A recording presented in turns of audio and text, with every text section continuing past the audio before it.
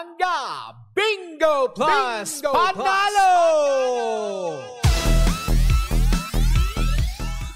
Eto na mga panggang inyong pagkakataon na magkamit ng 500 pesos cash on air plus 500 pesos online para sa ating Pangga Bingo Plus Panalo. Hatid yan sa atin ang Bingo Plus, Bingo sa Saya plus sa Panalo. Ngayong araw na ito wala ka bang pwedeng gawin kung hindi lamang abangan kung anong lucky card ang lalabas para sa programang Baklitas. Yes. Kaya Bingbing, wag na natin patagalin pa, i-shoot mo na ang ball. I-shoot mo na. Kahapon si Bingbing wala, no? Ngayon meron si Bingbing. Eto na. Ayan na. Tumalbog.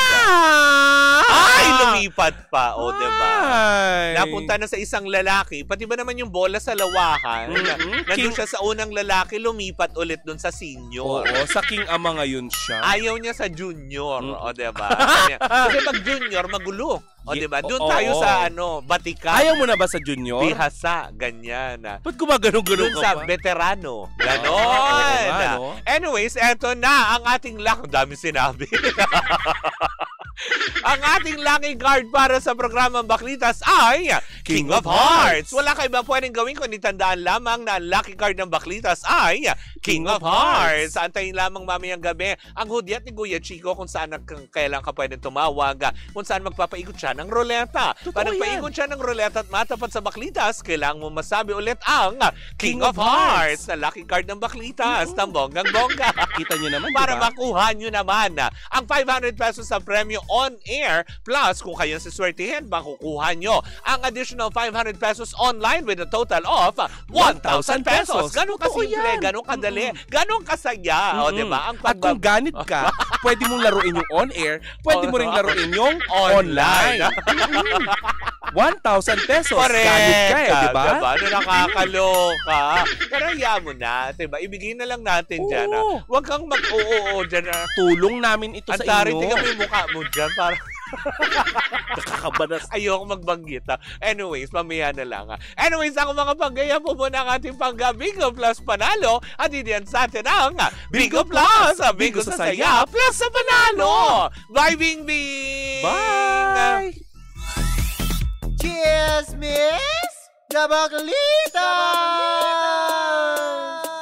With Tita Cora and Kapitana Sisa. Same pero iba! We are number 106.7 Energy FM. Pangga, wag mong sabihin radyo! Sabihin mo! Yun, ulitin mo ka ulit. Wag mong sabihin radyo. Baba, kaboses nung isang sa mga pinangalanang Diba? Hindi mo naman kaboses yung nagbanggit ng Hindi. May senator po. Ganon. So, sabi niya, may senator po. Ganon. Ay! Yung isang unang senador hindi? na pinangalanan na daw. Yun ba yun? Hindi. Alo, kasama ba yun? Hindi naman. Lahat na kinakanta. Oo, natatawa ako nang marinig ko ang balitang pinangalanan siya. Oo, wow. Ang takas mga Gabriela. Oo. Si Gabriela yung talagang kumanta nun. Gabriela. Sino Gabriela? Gabriela yung pangalan ng singer. Grupo yung mga kababaihan? Hindi. Pangalan ng singer. Yan yung kumanta nun. Yung natatawa ako nang marinig ko ang balitang meron. Pinangalanan natin. Pinangalanan ka. Sila. Pati na din yung senador na taga-Bulacan. Grabe kayo. Anyways, nako eto na. Bago ang lahat, gusto muna natin batiin of course sa lahat ng mga nakatutok sa atin. Diba? Hello po sa inyong lahat dyan. Galingan nyo ang pagtutok. Oo. Ibaon mo hanggang dulo. Cool. Ang labasan. Itutok mo hanggang dulo. Cool. Hanggang labasan. Dala ang sound trip nyo. Papa Korat! Papa Korat? Ay! Hindi ka magpapakorat. Bakla ka. Oo nga. Hindi ito tigil. At hindi nasususpindi. Papa Korat! Papakurat ang araw mo. Anyways, yan na. Yung papa sa radyo. Tama na. Papa Kurat! No. Wow!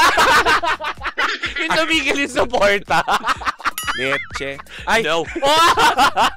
pero ito Mare, nakakaloka. Programa to ay hindi inuman. Nakalimutan ko. Wala pala kami ngayon. Red Horse. Hindi rin to O Red Horse, podcast. baka naman. Hindi rin to podcast.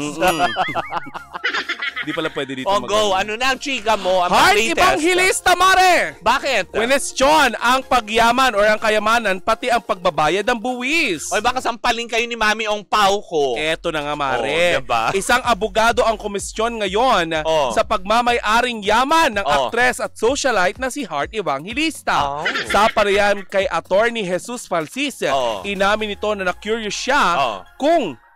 kung nagdedeklara nga ba ng kanyang yaman ng aktres Oh. sa Bureau of Internal Revenue o BIR. Oh. Gayong todo flaunt ito ng kanyang lavish lifestyle sa social media. Oo. Ngayon kasi Mare ay naiuugnay ang pangalan ng asawa ni Heart Evangelista na si Senator Chis Escudero sa Saan? isang kontrobersyal na kontraktor ng gobyerno. Oo. Sabi niya Mare, Ano? no offense to her. Ano to? Hindi to personalan but actual lang. Oo. Ano bang blockbuster movie niya? Ano nga ba ang pinakamahal na endorsement niya? Oo. At pinakamalaking ano ba to? Ano, pinakamalaking Parang- corruption? Uy, bakit? Yung May ganon. pinakamahal na endorsement niya, Oo. malalaking higanting korporasyon. Oo nga. Tanong ni Falsis. Alam mo, tigilan na natin itong Oo sinulat nga. ko. Baka kung ano May iba. mabanggit. Ako, alam mo, una akong sasagot dyan. Mm. Wala siyang blockbuster film. Hello! Diba kabilang siya sa mga pelikulang yung tanging ina nila na Ano yun? Hindi pa naubos yung kinita niya doon? Hindi, kumita din siya. Mm. Mare, unang-una, hello Hi. hanggang ngayon, Mm. buhay ang Barrio Fiesta na pagmamay-ari ng mga umpaw ko. Yun lang nga kaya Ano kong yung sabihin. Yung Yung parang kala mo, baka mag-anak siya ng mga umpaw ko. Hindi, totoo Baka lang. pagtanggol naman. Pangalawa, Oh. sobrang yaman ng mga umpaw ko. Natikman mo ang yaman nila? Hindi pa naman. Pero, Looking forward. nadadaanan. Dahil dyan lang sa may Wilson Street, may umpaw ko building. Masarap ba sa Barrio Fiesta? Diba? Oo. Paano natin malalaman kung hindi nila tayo Barrio invite? Fiesta, umpaw ko. Tapos yung mga singing cooks sa waiters na mga sa umpaw ko din. Mm. Diba yung mga ganyan? Tapos marami pa silang mga series of para questionin. Ito yung mga series of of Heart Evangelistas income sources. Sorry ha, kasi Oh. talagang nasaksihan ko. Siyempre, naabutan ko yan batang 90s Oo. Talagang dyan nagsimula mag-artista, nag-model-model muna si Heart Oo. So, para questionin, sorry pero alam mo yun, Si Attorney Falsis. para questionin kasi yung kung saan nang galing, maaring alam mo yun, hindi ba pwede kasing, alam mo yun, may binigyan na sila ng bahagi ng ng parte ng mga kung ano mamanahin nila ng nanay at tatay niya. Tsaka isa pa, bago mo questionin yung lavish lifestyle na pinopost ni Heart Evangelista. Teka lang, huwag ka mo namang gigil. Iisa-isahin ko yung mga Oo. Hindi, yun, dun muna ako. Oo. Yung lavish pinsan lifestyle. mo nga pala. Oo, diba? Nakakaloka. Alam mo naman, pagka-miyembro ng Filipino-Chinese Chambers of Commerce. Eto na nga. Oo. May acting at saka drama film naman si Heart Evangelista. May modeling siya. Oo, may brand endorsement siya. Yes. Yung mga luxury item niya, 'di ba? Meron siya, may visual and art, fashion, painting, customs, luxury items niya, yung pinipainting Yes. niya. Business venture, kagaya na lamang ng mga sinasabi mo. At saka may mga wellness and beauty, including yung living water niya. Yes. Ano ba yun? Pure living pala yun. Yes. Pure living water. Hindi, diba? Kasi mga recently Ilog. acquired na lang Oo. yun. Diba? Pero yun nga, Hindi mayaman ang ang umpaw ko eh. mayaman. Si Heart Evangelista, hindi natin pwedeng questionin kung Yes. saan nanggagaling yung yaman niya. Oo. Kasi meron naman siyang yung international brands palang Marin yung mga ini-endorse Yes. niya. At yung tanong nung attorney Falsis, May TV po ba kayo, attorney? kung gaano kamahal yung mga endorsement ni Heart. Milyon. Ngayon itatanong ko po sa inyo, sa tingin nyo, how much is Heart right now? Yung net worth niya. Oo nga. Diba? Para kunin siya ng iba't ibang brands Ang worldwide. tanong naman niya, Mare, Oo. yung kayamanan is hindi naman yung mismong yaman. Ang Kaya- tanong ay kung sinishare ba ni Heart Evangelista sa BIR yung kanyang mga taxes. Number one, kumaga isa din siya sa pinakamalaki nagbabayad. Oo, pero Na wala siya kanyang yata taxes. sa top Oo, pero top chinorba. kumaga wala siya kasi most of her engagement, yung mga kinikita niya, 'di ba? Pero 'di ba dapat sa laki ng kinikita ni Heart Evangelista, sana nasa top siya. Well, yung iba kasi siguro dito, yung kasi mga... ang nasa top is si Jose Marie Borja Viceral, Yes. si Catherine Bernardo, Oo. si Dingdong Dante, si Kimberly, si Kim Chu, si Julia Barreto. Bakit wala dun nga si Heart Evangelista? Nandyan din yan sa listahan na yan. Baka sakaling sinasabi lang nila kung ano yung mga top brands, diba? Ulitin lang natin. Ay, hindi, Mare, Ito naisip ko lang. Bakit si Vice nasa top 5, si Heart hindi? Mas ma-flaunt nga si Heart sa mga luxury items niya. Eto nga, i-explain ko. Dahil si Vice, most of her engagements, endorsement, sa Pilipinas. Kaya yung kontrata niya, under contract ng Philippines. 'Di ba? Kaya yung mga taxes niya, naaakma doon sa binabayaran niya. Pero Mari, kapag nag-uuwi ka ng luxury brand dito at binili mo sa US, nagbabayad ka pa rin ng tax. Actually, yung sa custom na yun eh. Kasi para sa taxes noon, taxes pa rin ng bansa. Diba? Kumaga parang yun ang mga binabayaran niyang taxes. But yung mga kontrata kasi na, correct me if I'm wrong kasi pagkakaintindi ko lang sa mga ganito, katulad kay Pacquiao, nanalo siya ng laban niya doon sa Amerika, diba? Binayaran ba ng buwis dito sa Pilipinas? Hindi. Kasi bawas na yun doon. Talaga ba? Hindi diba? siya nagbabayad dito ng buwis? Kumaga parang kung ano yung inuwi niya, I don't know kung hindi naman niya binayaran hindi ako sure. Pero kasi kung ano yung kinita mo abroad, kasi babawasan na rin ng taxes doon, kasi magbabayad ka din sa kanila kung nasang bansa ka. Diba? Katulad sa mga Fashion Week na mga kontrata ni Heart Evangelista, Milan, Paris, ganyan. For sure, kada bansa, meron niya mga kaakibat na taxes na binabayaran sila din doon. Pero hindi ko rin maialis talaga sa sa isipan ko yung ang daming imposible naman lahat ng mga gamit ni Heart doon niya binibili. Yung iba, bluntly niyang sinasabi, pinamana na ng nanay niya. It was a hand-down, katulad yung mga Hermes niya, na mga classic, like yung may mga Chanel. Pino-flaunt niya yung lahat eh. Pero lahat bakit nga wala siya doon sa top 5? Even the jewelry, ayun ang hindi ko alam. Kasi ibig sabihin, ano kaya ito? May point kaya si Attorney Falsis? Yun naman din. Kasi wala tayong masyado nakikitang diamond si Meme. Hindi natin nakikita nagpo-flaunt siya ng ganun. Si Heart talagang yun. Si Meme, ang dami sinusuot ng mga pero hindi, diamante. wala siya ng mga yung pinapakita niya sa vlog niya na ganito yung lifestyle niya. 'Di ba? Unlike kay Heart na talagang buhay mayaman talaga yung pinapakita niya. Correct ka. Kaklaruhin ko din yan. Kaya niya pinakikita yon because that is part of her work. Kaya nga siya fashion icon style 'Di ba? Kasi kailangan niyang ipakita sa lahat. Diyan pumapasok yung trabaho niya kung bakit siya kinukuha ng different brands worldwide. Pero ano kaya yun? Pag-aari kaya niya yun o pinapahiram? Kasi alam natin, Mari, kapag endorsement, kailangan mo munang kailangan mong makakuha ng product mula sa kanila tapos gamitin mo.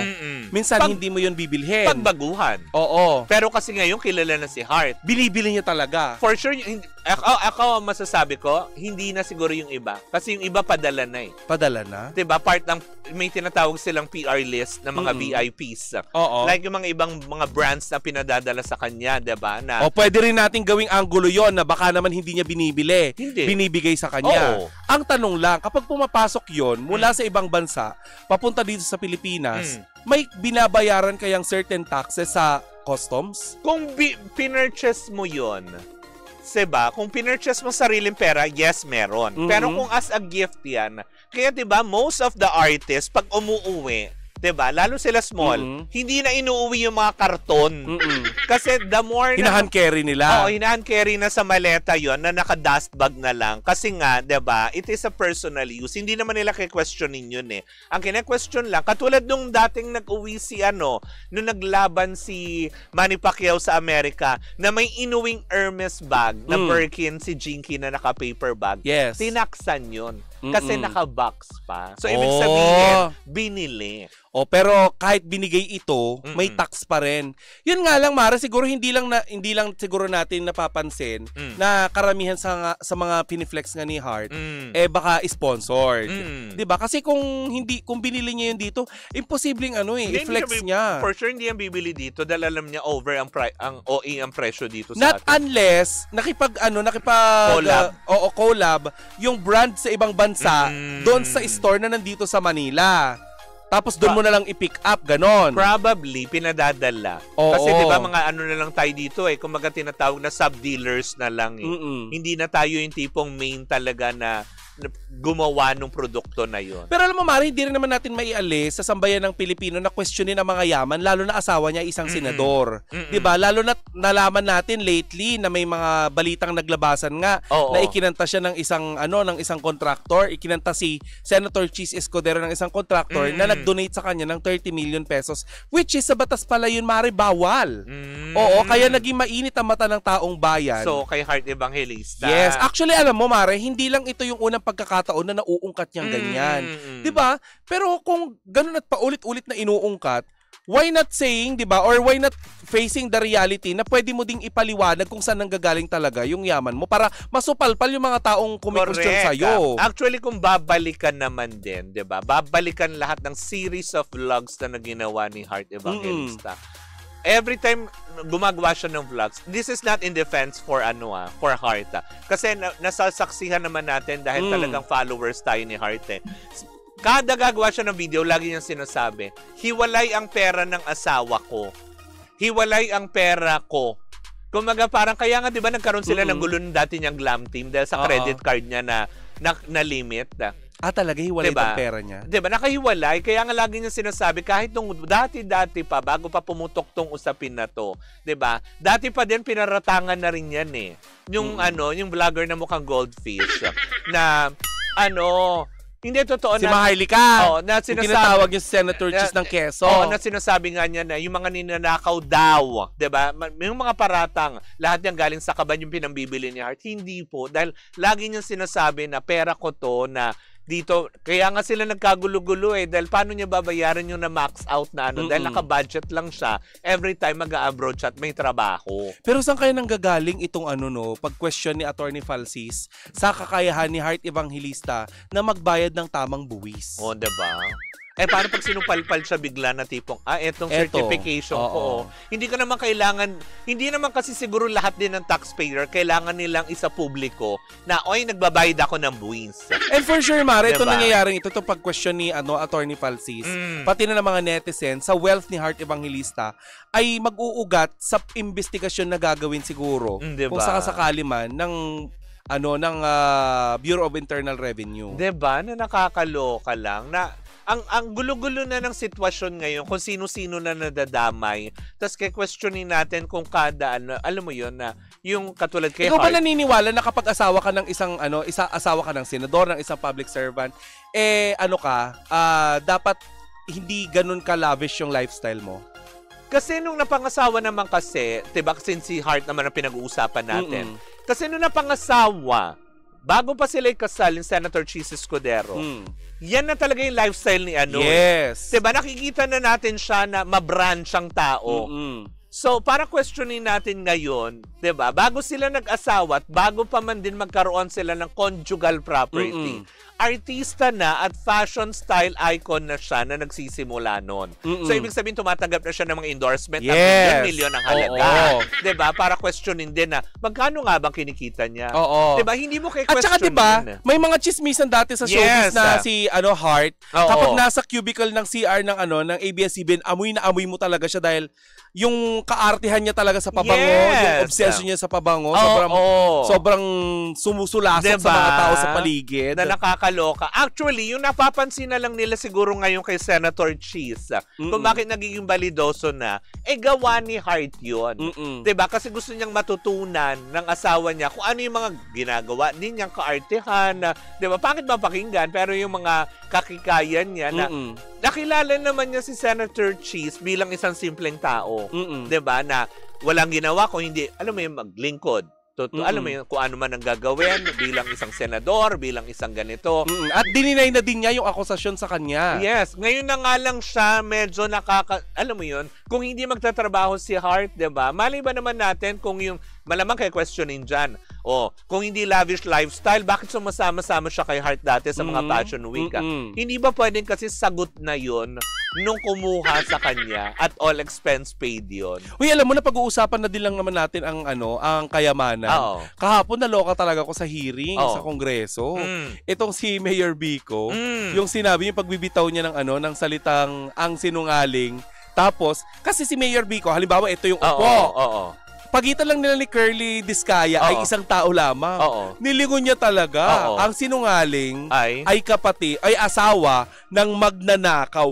Gumanon talaga ang lolo mo. Totoo. Oo. Nakakaloka. Alam mo, tawanan talaga lahat ng mga nanonood. Oo, naloka ako. Pero lahat naman kasi ito, Mare, di ba? Sa nangyayari sa atin. Hindi, eto na lang, Mare. Kung asawa ka ng public servant at wala ka namang tinatago at nagkaroon ng investigasyon, why not showing them kung saan nanggagaling yan? Kung sa tingin mo, urungan ni Heart yan? Di ba? Ipapakita niya yan. May kakatakutan ba ang Heart Evangelista? Kung talagang sa'yo lahat yan at binabayaran mong buwis niyan, edi submit mo yung, diba, yung mga sertifikasyon na nagbabayad ka ng tamang buwis para masupalpal kung sino man yung mga naiinggit sa'yo. Kung may question sa'yo. Oo. Pero ulitin lang din natin, hindi ba, bago tayo tuluyang magtapos, yung lahat ng mga nangyayari at napapanood, napapakinggan natin, lahat po ito aligasyon pa lamang. Yes. Wala pa pong napapatunayan kung sino man pong congressman, sino mang senador ang nadadawit na ngayon na may sala sa or yung nagiging aligasyon tungkol dito sa flood kagaya ni control Jinggoy project. Estrada, ni Senator Jinggoy Estrada, inakusahan siya ni Bryce Hernandez. Diba? Na kasama siya. Oo, nakakatanggap daw ng pahabs. Correct. Mula sa DPWH. Diba? O, itinanggihan ni Jinggoy Estrada. Nagalit pa nga daw. Napamura na nga daw siya sa galit. Correct. Oo. Diba? Pero yun na nga. Diba? Para kay si Senator Joel Villanueva din, itinanggi din niya. Correct. Isa-isa na talaga lahat yan. Pero alam mo, Mare, isa sa mga naano ko dito, hindi sapat na kumanta ka ng kung sino-sinong tao para maabsuelto ka, para maging state witness ka. Hindi. Diba? Siguro kinakailangan maging matalino. Tama yung sinasabi ng Pangulo dapat magkaroon ng independent group or independent party upang nang sa ganun ay imbestigahan ito. Kasi bakit nga naman, ang ikinakanta ay senador, congressman, tapos sila din na nag-iimbestiga. Correct, sila ang mga diba, yung mga dapat nasa labas. Tapos madadama yung mga artista tulad ni Heart Evangelista na alam naman na natin. Lods na lods talaga si Heart Evangelista. Yes, hindi. Kasi alam mo yun, mako-considered ang umpaw ko as old riches. Paano yung mata? Old riches. Parang kalawa naman, tsahin sa talaga ni Heart Evangelista kung mapagtanggol. Kilala na kasi talaga sila. Yung mga ganyan na parang, diba, yun lang naman din sa akin. Pero ikaw na-offend ka sa balita na yon? Ako, for Heart, oo. Bakit? Na parang tipong, Are you guys close? Like, there's no tomorrow? Hindi kami close. Kasi nasubaybayan ko nga siya. Gaya na sinabi ko, 90s pa lang, nasubaybayan ko siya na nag-teen star hanggang sa naging, alam mo yun, naging actress talaga sa kanyang henerasyon. Pero na-meet mo na si Heart Evangelista in person? Oo. Nung nasa kumusta siya sa person? Pa ako, nung mga medyo bata-bata days niya. Mabait. Mabait na bata. Mabait na bata. Very magalang. Very Kaya parang... Tsaka babaeng bakla daw yan. Yes. Hindi kami super close na gaya ng sinasabi ko. Pero kasi yung mga alam naman natin yung henerasyon natin na nasaksihan natin paano nagsimula si Heart, paano siya nagkapera, paano siya naging, alam mo, asawa, paano siya nag-establish ng sarili niyang negosyo on her own na diba? Totoo kaya nga yung mga balibalita tungkol dun sa mga ganyan-ganyan, yung mga tungkol sa korupsyon? Diba? Well, anyway, malalaman lang natin yan kapag nag-start ng investigation. Yes! Diba? Tsaka diba may sal-end naman yung mga yan? Correct! Diba? Doon ang pagbasihan natin. Correctamente. Sino nga ba ang tumatanggap pa rin ng pork barrel? Oo. Diba? Yung mga ganyan na malalaman naman natin. We would like to discover. Wow. In English. Oo. Yung nilalaman ng GAA, diba? Yung mga yan. Kailangan, alam mo, tama yan yung ginagawa ng taong bayan Yung kahit anong mga lumulutang ngayon na issue, di ba? May natagpuan na naman daw ng labi sa Taal Lake. Pero anong sabi ng mga tao? Okay lang yan. Balik tayo sa flood control. Correct. Kasi gising na ang tao sa pandurugas ng kung sino-sino. Bakit nga ba lumutang yung sinasabi nila dahil sa baha? Balik din ulit sa baha. Correct. Baha ulit. Oo. Kasi napapanahon, Mari, kanina umuulan na naman Correct. May mga parte na naman ng Metro Manila na medyo binabaha-baha. Correctamente. Well, anyways, nako mga pangga, marami pa yan na susulput pa. Na kung sino pang idadawit nila, sinong ikakanta. Nako, bukas. Yan ang papakantabayanan natin sa mga pag-uusapan susunod ulit tayo bukas. Yung mga nagpapatayo daw ng bahay. Ay, talaga ba? Well, anyways, ayan. Ay, nako. Bukas natin papakatutukan yan sa pagbabalik ng Baklita sa Wow! Muli po ako po sa Kapitana Sisa. At ako naman po si Tita Cora. And we are still same pero iba. Tuloy-tuloy pa rin po ang ating tugtugan. Siyempre, dito po lamang yan sa number 106.7 Energy FM. Pag wag mo sabihin radyo, sabihin mo!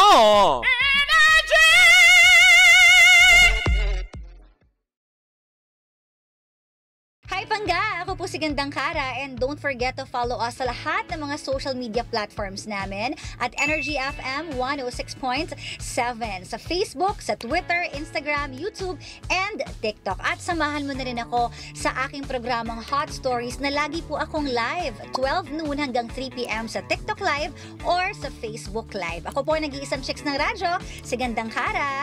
Panggawag mo sabihin radyo, sabihin mo, Energy!